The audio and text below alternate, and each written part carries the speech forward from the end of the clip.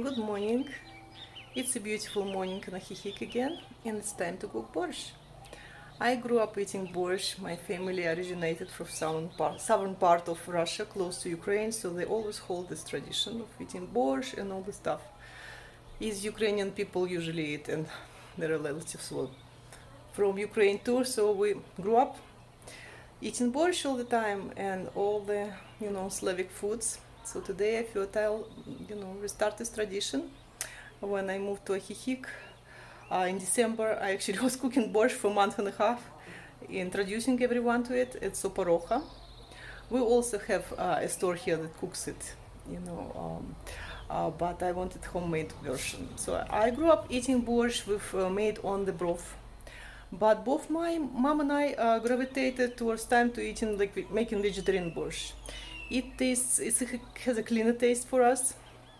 It's just you taste the beets and the carrots and the tomatoes, and it stays longer, fresher longer. So that's what I'm doing now.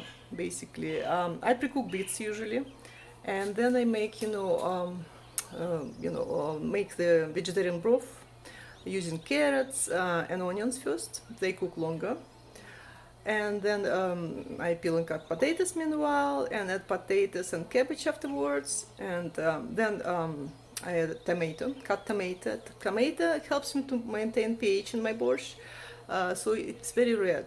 My Ukrainian friend Tanya said, "Anya, your borscht is so red. I never ate such a red borscht." So it was a compliment for me.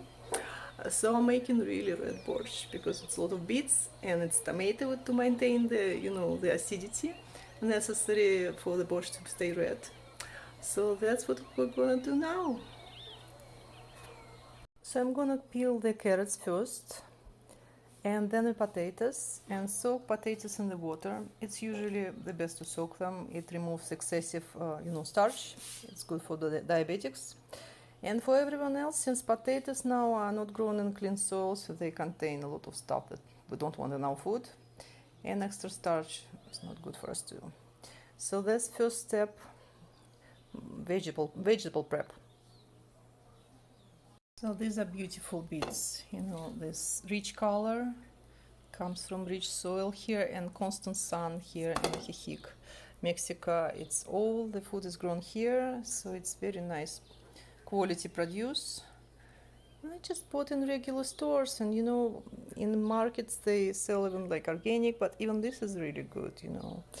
You don't have really to buy organic here because all the produce is really nice, and you can soak in water and like spray something before that, but it's really not that necessary, especially if you cook it.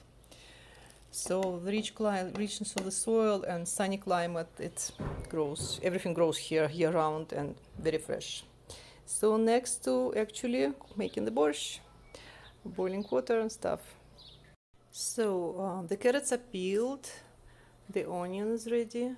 Now I have to cube carrots and onions, and they go into the pot first.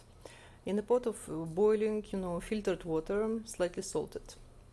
And then I'm soaking potatoes now. Then I'm gonna cut potatoes in cubes, and they will go next when carrots and onions are almost done.